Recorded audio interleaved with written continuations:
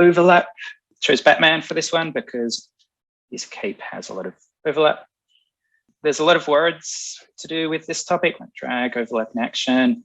Successive breaking of joints, lead and follow, and then even secondary action, which is actually something different. We're going to go through all of these, but don't worry too much about the terminology. Quick questions. So I've got 4 characters on the left, all robots, and 4 characters on the right. Do robots move the same way as humans? We can break down, like, really simply into, robots tend to move at the same time, like their wrist might move at the same time as their arm.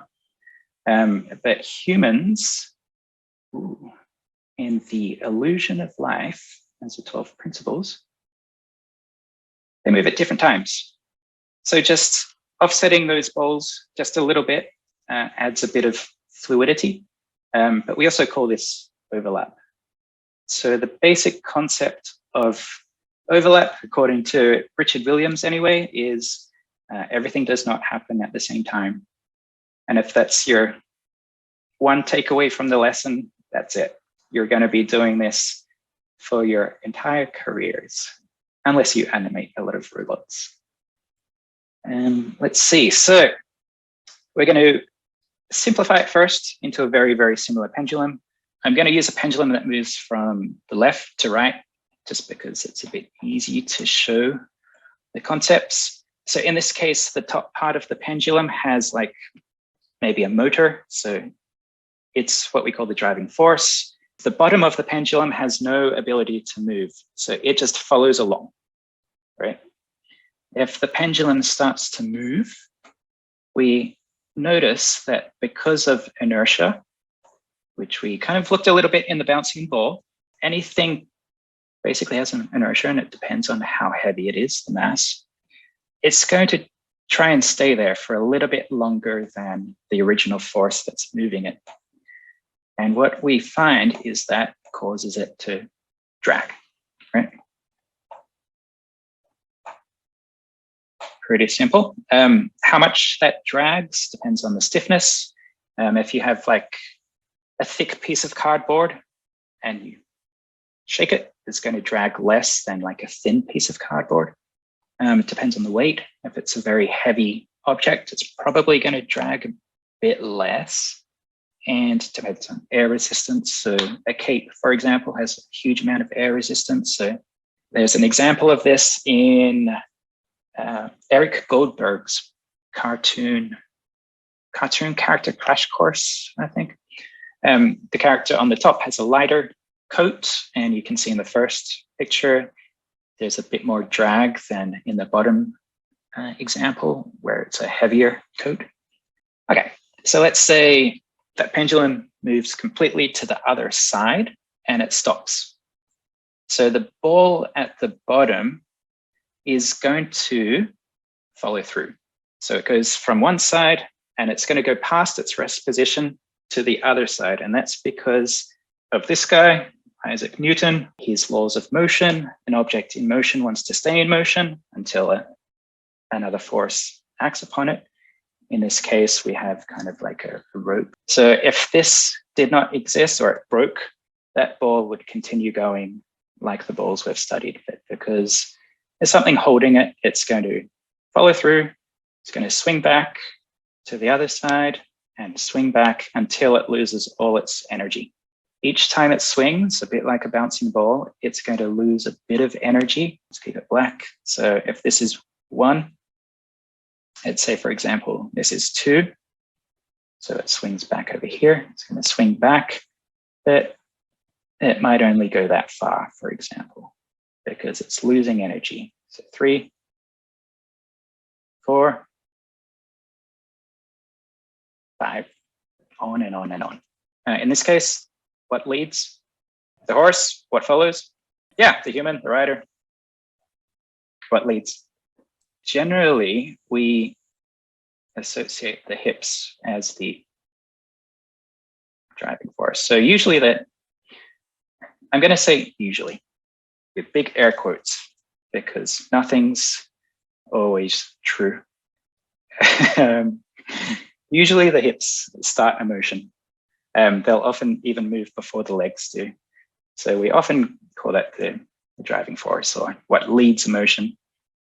It's not always true, but generally. And then everything else, so the arms, the legs, even the chest sometimes can follow. Now, I will say, take this with a big grain of salt. The reason why this is actually more complex is because your arms have muscles, your legs have muscles, your torso has muscles, so they can actually move by themselves. Here's an example of where the hips would be leading. Falling is a good example, jumping. If somebody was pulled, this can be a good example as well. Here, the hips are leading, feet are dragging, hands are dragging, even the nose is dragging. The hips hit first, the feet hit second, and it's like the arms take even longer to come down. You can even see that, the head is dragging, it follows through. He's even putting overlap on the nose. So he's thinking about overlap on the entire body. All right, let's step it up. So pendulum with 3 joints. So again, we're going to do the same motion from left to right. So when something has multiple joints, it's going to act. I just gave you a spoiler. What's going to happen is the area closest to the driving force, or what's leading, in this case, it's up here, is going to drag less. The angle might actually be the same. I don't know. Someone good at science can tell me, but I'm just looking at how much it translates from the rest pose. It's not much. Whereas this one obviously has gone quite a fair distance off from its usual rest pose. So the tip of the tail is going to translate or move more than the base of the tail. The cowboy's head is going to move more than, kind of his abdomen area. Alrighty, so we've got the drag. We've got different levels of drag. So this, again, is a great example of overlap of things moving at different speeds, different times. No overlap, overlap, no overlap. No overlap might even just be a straight.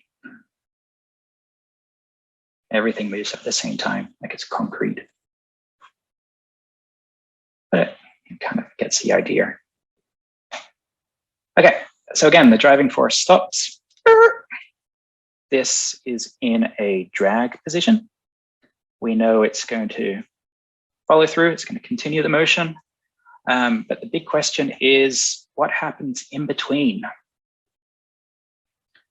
So if you asked your Maya to break down this motion, it would give you this as your breakdown or your in-between. And we do not like that. So that's why we like to control our keys, our breakdowns, our in-betweens. Maya's a lazy in-betweener. So there are going to be 2 key poses. So halfway, 50. We're going to actually keep that drag. Now, some people like to call this a C shape because it's shaped like a C.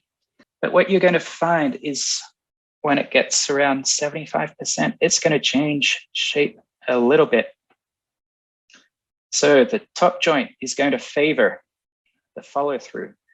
The second joint, let me just figure this out. You'll probably favor that as well. But your third joint is going to still be dragging. So there's an offset. So this is closer to the follow through. Let's call it follow through. This is closer to the follow through. This is still dragging. So you get a different shape. I probably aren't drawing it very well. We'll look at some examples. It's probably going to be easier to show you in Maya. We call that an S shape because it's no longer a simple C. It's more like an S if you kind of stretch that out. So key elements is that your pendulum, in this case, is going to go from a C shape to an S shape to a C. and back and forward. Top example, I think, is Preston Blair's, oh, there we go, cartoon animation book. The bottom is from the Animator's Survival Kit. This concept is called the wave principle. If you look at these, I think they're really confusing to look at. It really takes you 5 minutes to understand it. So I just went into Procreate and traced it. And voila, we have, you can see the wave goes from C shapes to S shapes back to C shapes. And that is the fundamentals of overlapping action.